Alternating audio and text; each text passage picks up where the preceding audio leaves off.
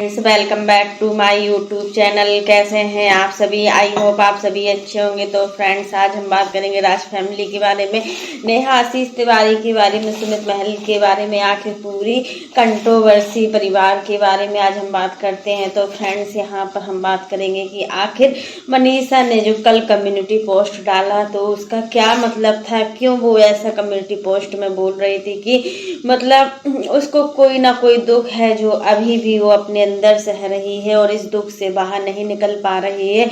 और मतलब लोगों को लग रहा है कि मनीषा और सचिन की ज़िंदगी में बहुत ज़्यादा खुशी है, तो यह खुशी नहीं है, अभी भी है कोई दुख जो मतलब बहुत तेज़ी से उसके अंदर खा जा रहा है। यहाँ पर नेहा आशीष तिवारी को लग रहा है कि मतलब अब तो पहले जैसा सब कुछ ठीक हो गया है और मतलब मनीषा और सचिन के बीच जो दूरियां थी वो भी क्लियर हो चुकी है और मनीषा और सचिन का रिश्ता उनको पहले जैसा हो गया है। और ये रिश्ता कहीं ना कहीं नेहा को देखा नहीं जा रहा है, इतना प्यार देखा नहीं जा रहा है। और नेहा ने अपने लाइव में भी बोला था कि मतलब सबके साथ में सब लोग खड़े हैं, फिर भी मैं आज अकेली हूँ पूरी वाईटी पर। सच में हाँ, ये तो देखने से लगता है कि नेहा आज पूरी सोशल मीडिया में सिर्फ अकेली है।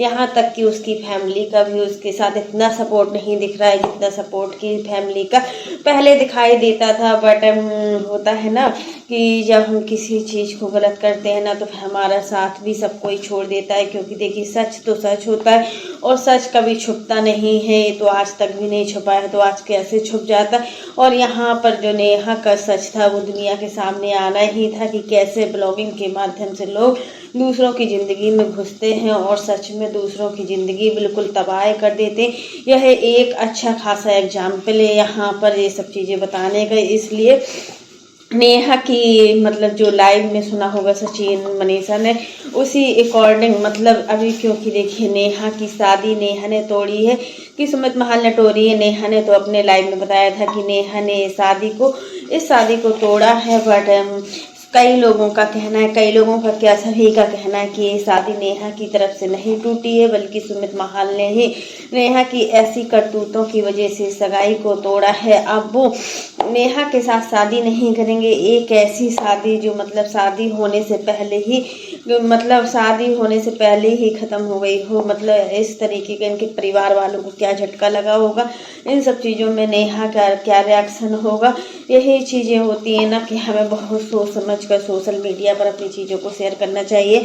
नहीं तो जब हम सोशल मीडिया पर शेयर करते हैं ना अपनी चीज़ों को तो हमारे सारे रिलेटिव से सभी फ्रेंड्स और मतलब जो भी हमारे आस पड़ोसी लोग रहते हैं सभी को हमारे बारे में सब कुछ पता होता है और ये चीज़ें बहुत तेज़ी से वायरल होती है। ऐसा नहीं है कि ये चीज़ें तेज़ी से वायरल नहीं होती। आज नेहा की जो लाइफ है पूरी तरीके से स्पॉइल हो चुकी है। सचिन का तो कुछ नहीं बिगड़ा है, लेकिन इन सब चीज़ों में मनीषा ने बहुत कुछ सहा है। मनीषा के सहने की एक क्षमता होती है जो हर लड़की में नहीं हो सकती। जितना कि मनीषा के अंदर सहन शक्ति है ना, उतना किसी के अंदर नहीं हो सकती। आज भी मनीषा खुश नहीं लग रही है। मनीषा के कम्युनिटी पोस्ट को देखने के बाद लग रहा है कि हाँ सच में आज भी मनीषा जो दिखा रही है ना वो कुछ और है और जो उसकी रियल लाइफ में चल रहा है तो वो कुछ और है।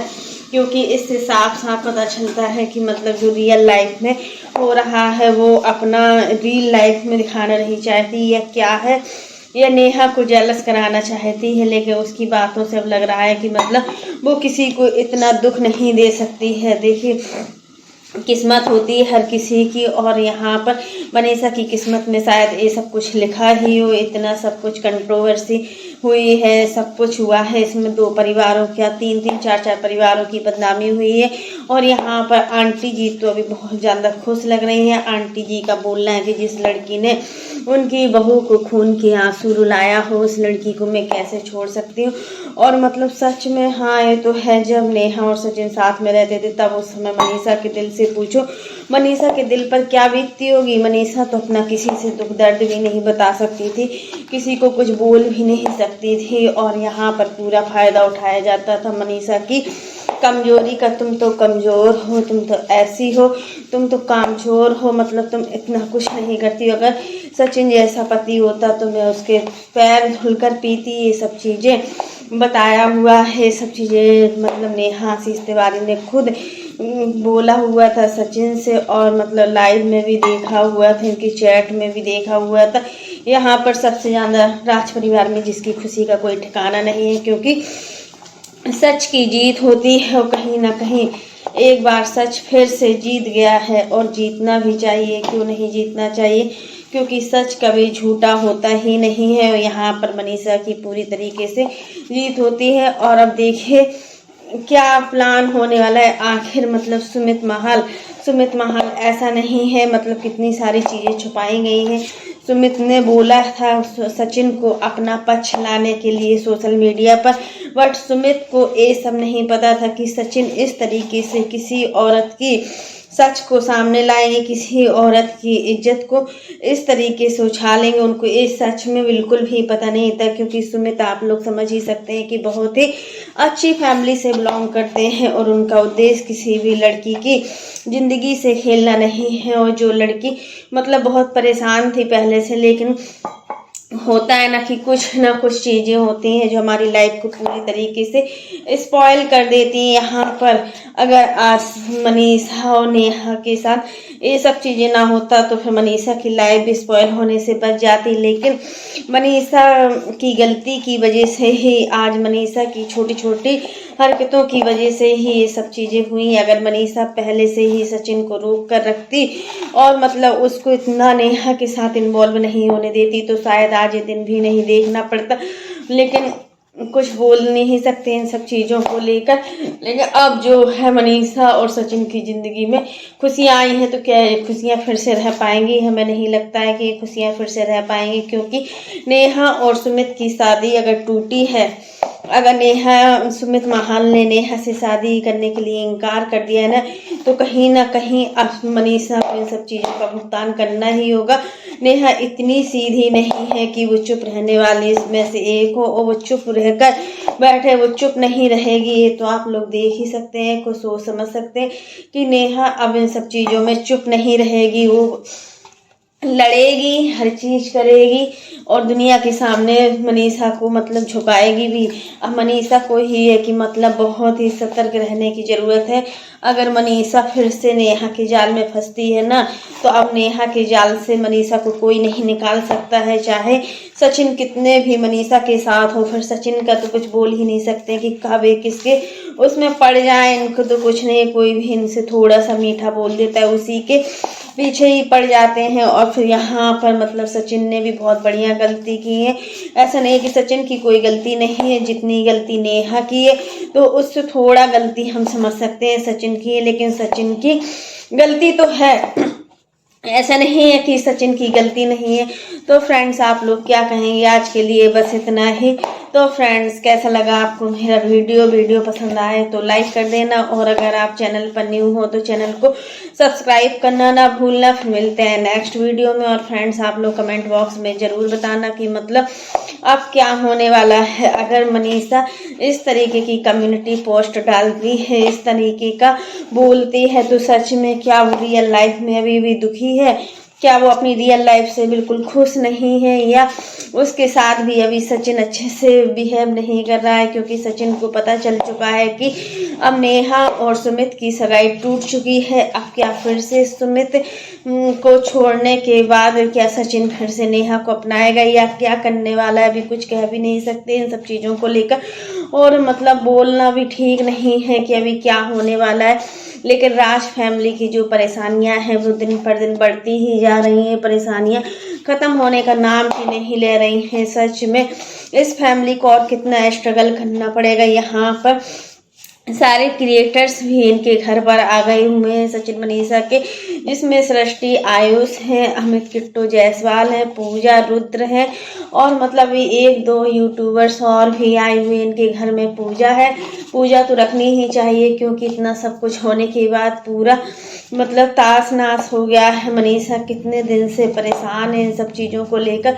लेकिन उसकी परेशानी का कोई सॉल्यूशन नहीं निकल रहा है। अब देखते हैं कि इन सब चीज़ों में अंशु इन्वॉल्व होती है कि नहीं होती है, अंशु आएगी अभी कि नहीं आएगी, क्योंकि अंशु को भी आना है पूजा में।